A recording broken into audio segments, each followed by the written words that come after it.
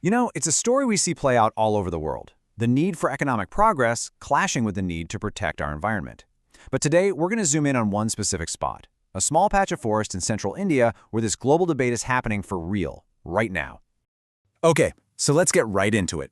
Take a look at this. This document right here. It's the official map for a proposed iron ore mine.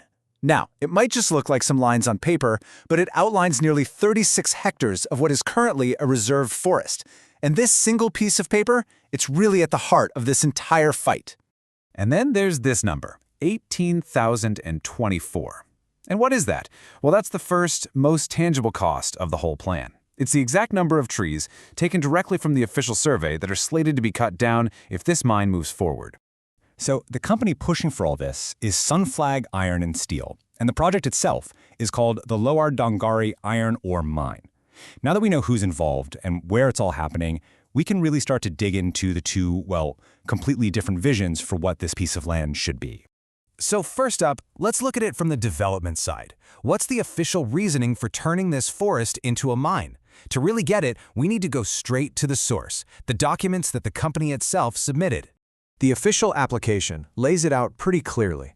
The company is asking for a 50-year lease to mine iron ore using an open-cast method. The core argument is really simple. There's a vital resource, iron ore, underneath this forest, and it's needed for industry and for economic growth. Now, this document is crucial. It's the company's own cost-benefit analysis. This is where they make their case on paper, basically turning the whole project into a set of numbers to argue that the economic benefits are going to far outweigh any of the losses. And a central piece of that argument is, of course, jobs. The proposal details the creation of 37 permanent positions, everything from highly skilled engineers to unskilled laborers. The argument is that this will be a direct economic lifeline for the local community.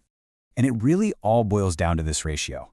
After they calculated all the projected costs and all the potential benefits, their analysis came to a conclusion. For every 1 unit of cost, the project is expected to generate over 3.8 units of economic benefit.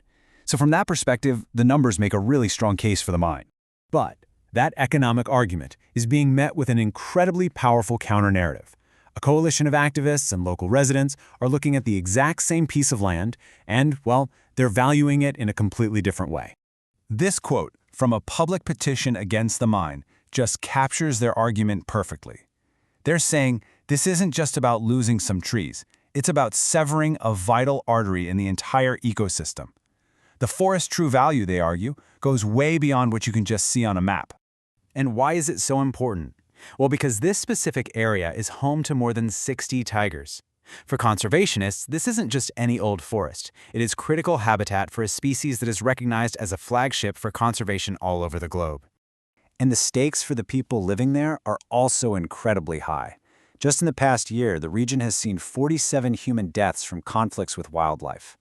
Activists are afraid that destroying this habitat will only push huge predators like tigers and leopards further into villages, making a really bad situation even worse.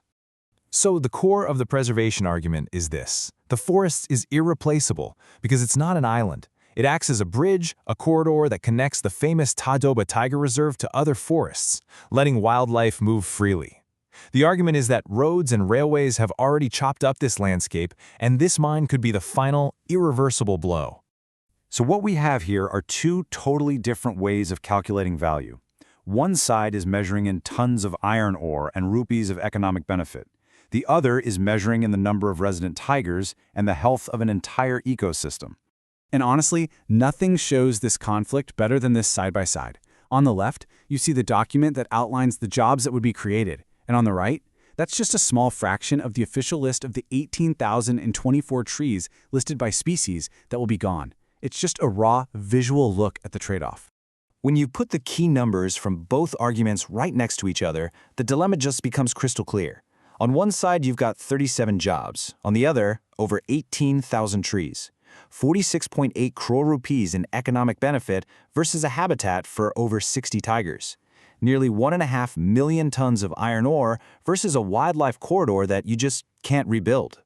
Now, the official plan does have a proposed solution for this, a way to try and mitigate the damage. It's called compensatory afforestation. The company is legally required to pay for planting a brand new forest on a similar-sized piece of land somewhere else. But this, of course, raises a massive ecological question, doesn't it? Can a man-made tree plantation years or even decades from now ever truly replicate the complex, ancient web of life in a natural forest? Can it really do the same job as a wildlife corridor that's been there for centuries? And that's exactly how this one, pretty small project in central India becomes a perfect snapshot of a huge global dilemma, one that we're all grappling with, and one that just has no easy answers. And when we zoom out, you can really see the complexity. On this map, the proposed mine is just a tiny little speck. Proponents can look at this and argue its footprint is small, almost insignificant. But opponents look at the same map and argue that its impact on the connections within this vast green landscape is absolutely immense. And that leaves us with the final, really challenging question. We've got spreadsheets that can calculate the value of iron ore and the cost of labor down to the last rupee, but what's the formula for the value of an intact ecosystem? What's the price tag on a tiger corridor or on a forest that has stood for hundreds of years? And if we can't calculate that, how on earth do we choose?